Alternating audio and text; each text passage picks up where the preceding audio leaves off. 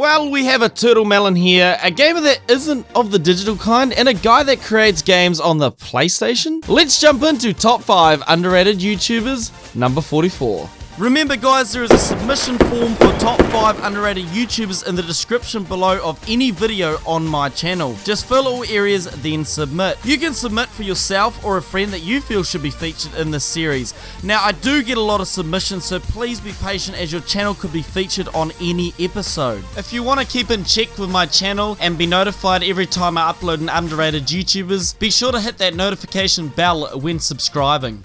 Number 5. Hey, it's the Turtle Melon.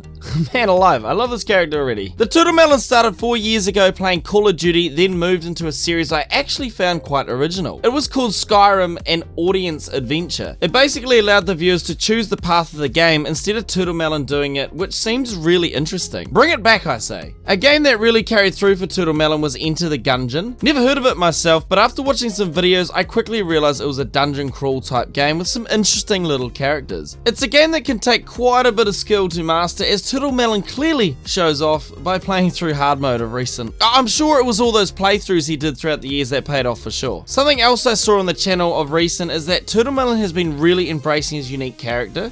What unique character, Omega? Well, the Turtle Melon, of course. I feel like I've been saying that a lot. He has his own character posing through his banner and in his thumbnails. It gives you that whole originality of the character and will attract more people to him. Also, you get sick of seeing the generic games all the time, so it's nice seeing Turtle Melon play some of those dungeon crawlers we may not have heard of. So if you enjoy an original new guy on the block that enjoys dungeon crawlers and other alternate content, then the Turtle Melon is your tuber. Welcome back to the Binding of Isaac Afterbirth, plus we are back again playing with Fiendfolio and Ipecac as always, and we are jumping into a new run. Let's see, what shall we do today? Still got a lot of stuff to do with Apollyon, and I'm still having a really genuinely very hard time sort of. Number 4. OEB Pete, a guy that loves all things pop culture and gaming, and that is dedicated to bringing positive vibes to YouTube. You see that? I read his About Me page.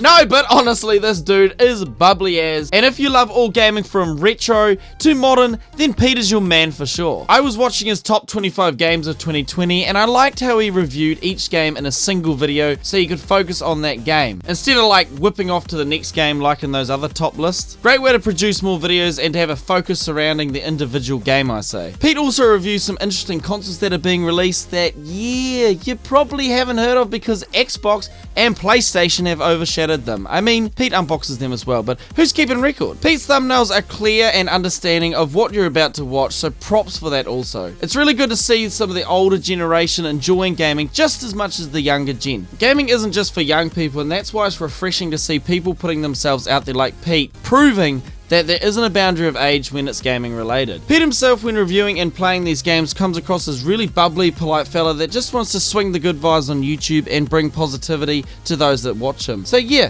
his YouTube About Me page is pretty accurate to what it says. Come check out OEB Pete and check out the huge variety of gaming that he has to offer. Alright, I've got a pretty cool stack. I got a really cool stack here of games. I can't wait to show it to you. So let's just get into it, shall we? So the first one I picked up was Super Bubble. So, I don't know. I'm gonna get them all, so there's really no reason. Number 3.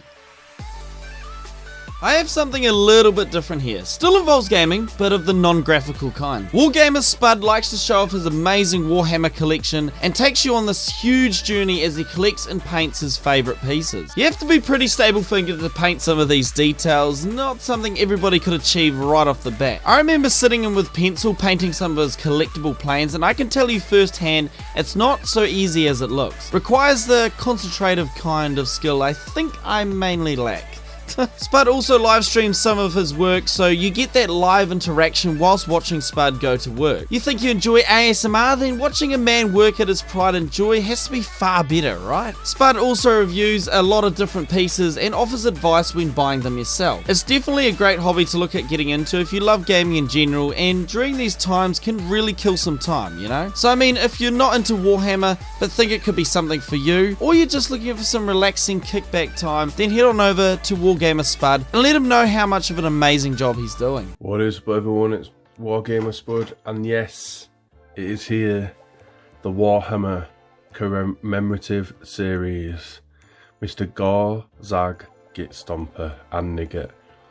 £21, 2 miniatures, fresh off the press. I've just had this delivered to my door by my great friend. Number 2. So this one mind-boggled me for a little bit. So this guy here, Acert, he's a game designer, right? But he uses a somewhat game engine called Dreams on the PS4. Now, I've never actually heard a whole lot about Dreams and didn't realize it was its own game engine as well. So seeing this game designer was a breath of fresh air from the other engines. And to think it's all done on the PS4, like, what? You use the PS4 controller for that? Jeepers. Acert lives and breathes Dreams on his channel. He's done everything from tips to whole game creations for commissions. Acert has been using the Dreams beta way back when it started a year ago and has been progressively learning and teaching as he goes. Acert shows us that Dreams has easy to use controls that allows you to create games much easier and efficiently than other game engines, surprisingly. Made by the same creators as Little Big Planet, this game engine gives users who are non-experienced to learn. On the other hand, also gives pros the right tools to make some amazing games. I've started to realize how big the community is surrounding Dreams and really hope it finds its way onto the new gen consoles and beyond. Acert plays through some of the games he's created and gives demos on what can be made, so it gives you a clear idea on what you can do. I highly suggest checking out Acert if you have any plans to look into game design and want somewhere easy and affordable to start. This could honestly lead you to some bigger and better things by just using some of Acert's tips and Dreams engine alone. In this video, I am going to show you how to make this attack from scratch.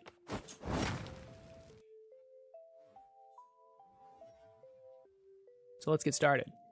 I'm actually going to add this on top of the puppet that I used for my sword swing tutorial. I feel like it makes sense. I'm going to just...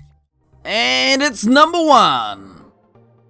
Coming in at number 1, we have an Aussie father and gamer bringing you wholehearted experience on his channel. You want the latest games out? You want some games that are not so heard of? Well, Geek Allowed is, yeah, all geek for sure. Oh my days, we have an Xbox gamer here. Where's the PS5? I'm kidding. I'm not into console wars, okay? I'm just trying to trigger someone. Fact is, he unboxes both, so don't worry. Anyway, back on topic. You into Fortnite? Well, check Geek Allowed and his son play Fortnite. You want some cyberpunk and its famous glitches? Then check out how to get some great glitches sorted for yourself by following Geek Allowed's tutorials. Alright, so his business email name is Troy, so let's call him Troy from now on. Sorry if that's not your name. Anywho, Troy is very accurate and precise, plus comes across as being thorough with his know-how on games he speaks about and plays. When looking back on Troy, it shows that he is a guru of YouTube, starting 10 years ago. The channel is just about as old as Ashton.